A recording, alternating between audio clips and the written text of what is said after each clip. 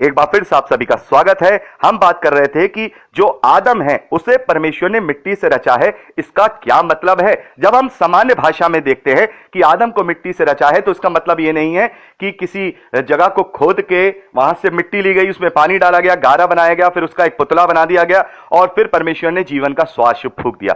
नहीं, मिट्टी से बनाने का जो तात्पर्य यहां पर बाइबल में दिया गया है आसान भाषा में, तो हम सभी आज मॉडर्न एज में रहते हैं, साइंटिफिकली हम जानते हैं कि जो मनुष्य का शरीर है वो दुनिया के तमाम तत्वों से मिलकर बना है। हाइड्रोजन, नाइट्रोजन, ऑक्सीजन, आयरन और ये मेटल वो मेटल, सब सारी चीजें हमारे शरीर में पाई जाती हैं। और जब हम मरेंगे तो ये तमाम चीजें जो जिस तत्वों से मिलकर ये शरीर बना है, ये शरीर का जो तत्व है वो वापस इस संसार के तत्वों में मिल जाता है। हम ये जानते हैं विघटित होकर के, जैसे हम साइंस की भाषा में विघटन कहना जिसे कहते हैं।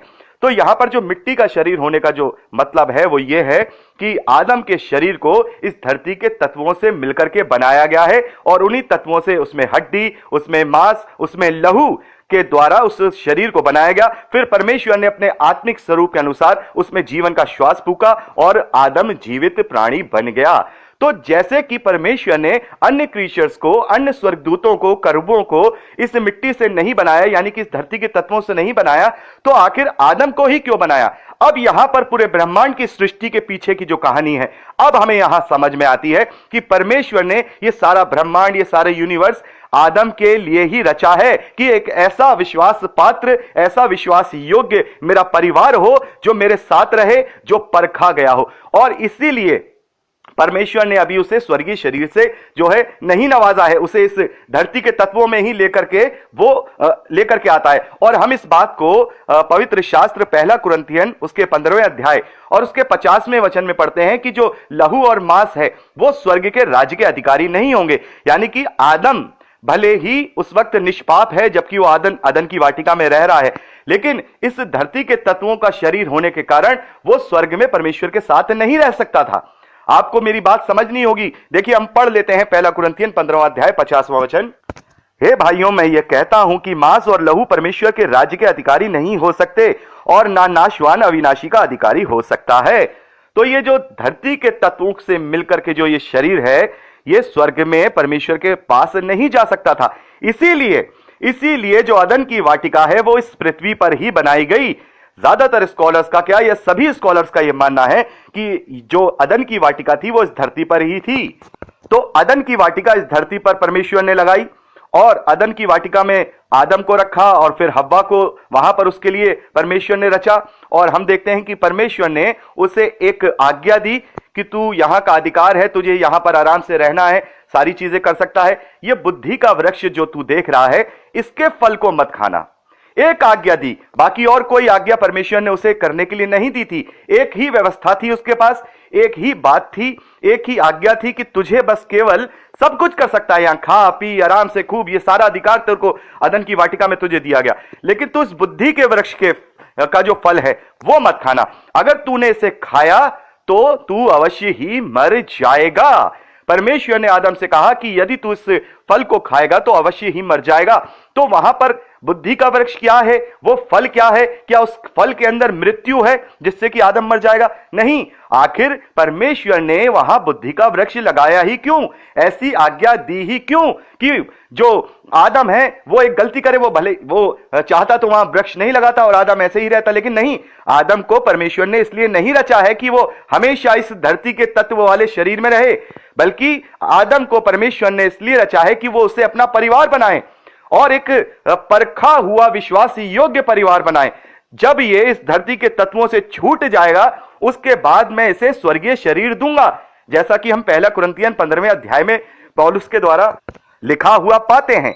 तो अभी जो हमारा ये शरीर है ये इस धरती का है, लेकिन हमारा जो बनाने की जो योजना परमेश्वर की थी या है वो ये है कि हम स्वर्गीय शरीर को धारण करके परमेश्वर के साथ उसकी सहभागिता में रहे और तब वो सारी चीजें वो हमें देगा जो वहां पर, जैसे हम बुद्धि कह सकते हैं, सारी समझ है, क्योंकि आज हमारी इस धरती की देह में जो हमारी समझ और बुद्धि है उस समझ और बुद्धि के आगे कुछ नहीं है जो हमें स्वर्गीय शरीर में दी जाएगी। तो यहां पर परमेश्वर ने इसी कारण से वहां बुद्धि का वृक्ष लगाया। बुद्धि का वृक्ष लगाने में उसमें जो फल है उसमें कोई ऐसी चीज नहीं है जिससे कि उसमें मृत्यु आ जाएगी। लेकिन हां, यदि परमेश्वर ने यह निजाम, ये योजना ठहराई कि यदि ये आदम मेरी बात को नहीं मानेगा और मेरी आज्ञा पालनता नहीं करेगा, तो फिर ये जो धरती के तत्वों वाला जो शरीर है जो मैंने अभी इसे दिया है, अभी इसमें मृत्यु नहीं है। जब तक ये पाप नहीं करेगा, मेरे विरोध में नहीं करेगा, तब तक ये धरती का तत्व जो ये शरीर है इसका विघटन शुरू नहीं होगा, इसका ढलना शुरू नहीं होगा। यानी कि जैसा आदम, परमेश्वर ने आदम को रचा था वो वैसा ही था। लेकिन जैसे ही वो अदन की वाटिका से बाहर निकला, उसके बाद धीरे धीरे करके शरीर जैसे हमारा ढलता जाता है, धरती के तत्वों में मिलने की कोशिश करने लगता है, वैसे ही उसका भी हुआ। तो यहां पर जब परमेश्वर ने उसे अदन की वाटिका में रखा है, तो परमेश्वर ये चाहते हैं कि ये परखा जाए और परखने के बाद जो मेरी योजना है वो इस पे लागू हो। और वैसा ही हुआ। आदम ने हव्वा के कहने में आकर और हव्वा ने सांप के बहकावे में आकर क्या किया, उस फल को खाया और वो फल अपने पति आदम को भी दिया। तो यहां पर हम देखते हैं कि जैसे ही उन्होंने उस फल को खाया तो उनके अंदर मृत्यु समा गई। मृत्यु यानी कि अभी तक तो वो निष्पाप थे, उन्होंने कोई भी ऐसा काम नहीं किया था जिससे कि परमेश्वर का विरोध हो, लेकिन वो आज्ञा उल्लंघन करना पाप ठहराया गया। यानी कि फल में कोई ऐसी चीज नहीं है जिससे कि हम खा रहे हैं तो पाप आ रहा है, लेकिन वो आज्ञा जो परमेश्वर ने आदम को दी थी कि तुम्हें ये नहीं करना है, वो चीज उसके लिए क्या हो गई, उसके खिलाफ हो गई और उसने वो परमेश्वर का विरोध किया। और जैसे मैंने आपको बताया, पाप की डेफिनेशन यही है कि जो भी परमेश्वर की आज्ञा का उल्लंघन है वो ही पाप है। तो यहां पर जैसे परमेश्वर ने आदम से कहा इस फल को मत खाना, यदि तू उस फल को खाएगा तो अवश्य ही मर जाएगा, और जैसे ही उसने परमेश्वर के विरोध में वो कार्य किया, वैसे ही मृत्यु उसके अंदर समा गई। यानी कि जो आदम ने जो पाप किया था परमेश्वर के विरोध में, उसकी जो मजदूरी थी, उसकी जो कमाई थी, वो मृत्यु थी। और हम देखते हैं कि जब आदम को और हव्वा को अदन की वाटिका से बाहर निकाल दिया गया है, तब आदम 930 साल का होकर क्या हो गया, मर गया। तो यहां पर परमेश्वर की अब योजना जो मेन है वो शुरू होती है कि अब ये जो आदम है, आदम को और हव्वा ने जो ये मेरे विरोध में कार्य किया, तो आदम को और हव्वा को परमेश्वर ने अदन की वाटिका से बाहर कर दिया, जबकि वो वहां बड़े आराम से, बिना किसी मेहनत के, बिना किसी कष्ट के वहां रह रहे थे। अब जो इस धरती पर परमेश्वर ने उसे भेजा है, यानी कि अदन की वाटिका इस धरती पर ही है, लेकिन अदन की वाटिका का अंदर का माहौल अलग है और अदन की वाटिका के बाहर का माहौल अलग है। यानी अंदर सुख है, सुविधाएं हैं, सारी चीजें हैं, लेकिन बाहर का जो हाल है वो बिल्कुल अलग है, उलट है। आज के परिवेश में जैसे हम देखते हैं, दुख है, तकलीफ है, परेशानियां हैं, भूख है, मेहनत है, मजदूरी है। और यही बात परमेश्वर ने आदम को कह करके अदन की वाटिका से बाहर निकाला कि ये धरती तेरे कारण शापित हुई है, क्योंकि तूने मेरे विरोध में कार्य किया है। अब ये धरती तेरे लिए कांटे उगाएगी, ऊंट कटारे उगाएगी। तू माथे का पसीना जब बहाएगा, जब रोटी खाएगा, तू खेत की उपज खाएगा। यानी कि यहां पे कहने का जो तात्पर्य है, इस वचन का मतलब यह है कि इस धरती पर जब हम जीवन को जिएंगे, मृत्यु वाला जीवन, वहां पर हम मृत्यु वाला जीवन नहीं जी रहे थे, आदम जो है अपना मृत्यु वाला जीवन नहीं जी रहा था, लेकिन जब वो धरती पर यहां रह करके जीने लगा, ये जो जीवन है ये मृत्यु वाला जीवन है, दुखों वाला, तकलीफों वाला, क्योंकि नित्य नित्य करके हमारा जो शरीर है, हमारे शरीर के जो तत्व हैं, धीरे धीरे करके ढलते जाएंगे, ढीले पड़ते जाएंगे, और एक समय ऐसा आएगा कि हमारा शरीर पूरी तरह से हमारा साथ छोड़ देगा और ये शरीर जो नाशवान है वो नष्ट हो जाएगा और हर एक मनुष्य को मृत्यु का स्वाद चखना पड़ेगा। तो आदम के द्वारा ये जो पाप है, आदम के द्वारा जो पाप है, उसकी जो मजदूरी है, जो मृत्यु है, वो तमाम मनुष्यों में फैल गई। लोगों को यह समझ में नहीं आता है कि आदम से हमें क्या मिला है। आदम से हमें मृत्यु मिली है। अगर हम अदन की वाटिका में होते और वहां पर कोई पाप नहीं हुआ होता, तो आज जितनी भी आदम की संतानें हैं वो भी मृत्यु को प्राप्त नहीं करती और हमेशा हमेशा जीती रहती। लेकिन ऐसा हो ही नहीं सकता था, क्योंकि आदम को परमेश्वर ने फ्री ऑफ विल के साथ बनाया था, फ्रीडम ऑफ चॉइस के द्वारा बनाया था, ताकि मैं इसे परख सकूं। परखने वाला एक परिवार परमेश्वर चाहता था। तो हो सकता था उसमें आदम नहीं करता, वैसे तो ऐसा हुआ नहीं।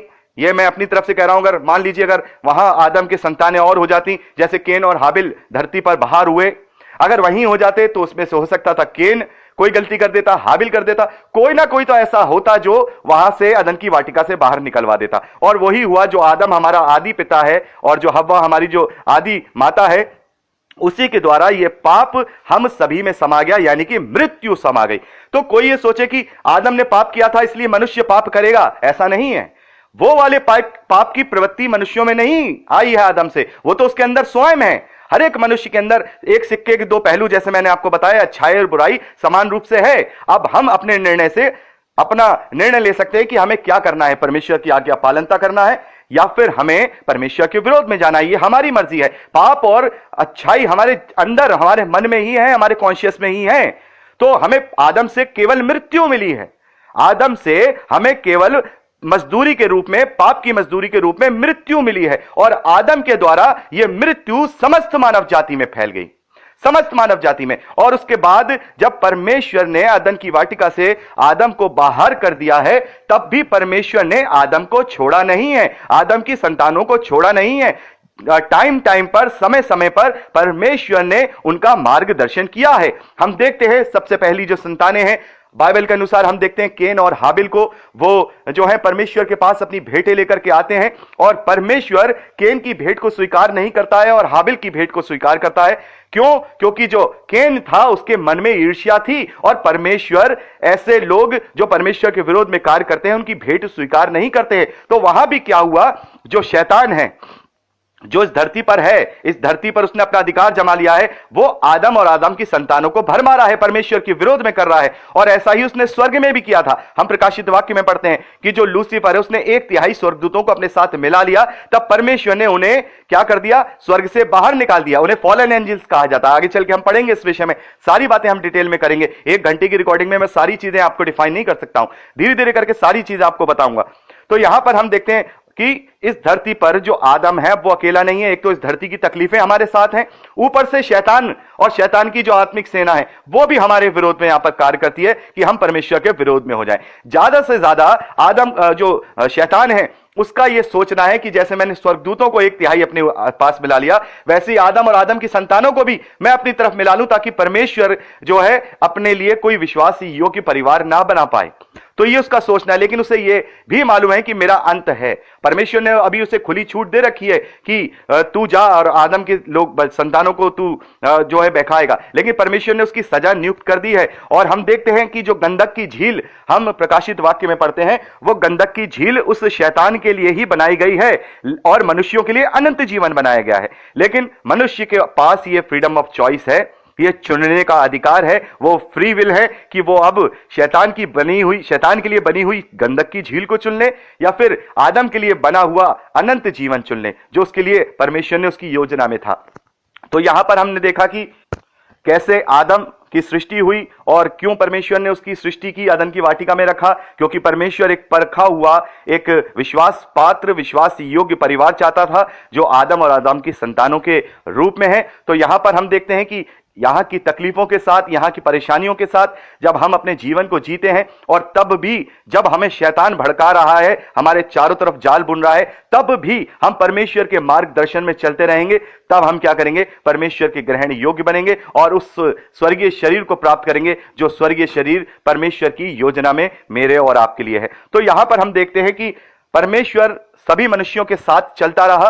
नूह तक हम देखते हैं, हनोक के विषय में हम पढ़ते हैं पवित्र शास्त्र उत्पत्ति की पुस्तक में कि परमेश्वर के साथ वो चला।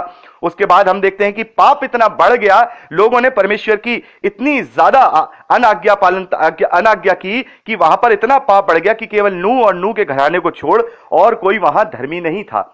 तब भी परमेश्वर ने वहां पर उन लोगों को समझाने की कोशिश की, लेकिन लोग इस धरती के चीजों में, इस धरती की बातों में इतना मगन हो गए कि उन्होंने परमेश्वर को भुला दिया और वो पाप में पड़ गए। और इस बात को हम देखते हैं कि नूह और उसके परिवार को छोड़ और इस पूरी धरती के जितने भी पशु पक्षी हैं उन सबके 2-2 7-7 जोड़ों को छोड़ और बाकी सभी जो प्राणी हैं मानव समेत परमेश्वर ने जल प्रलय में नष्ट कर दिए।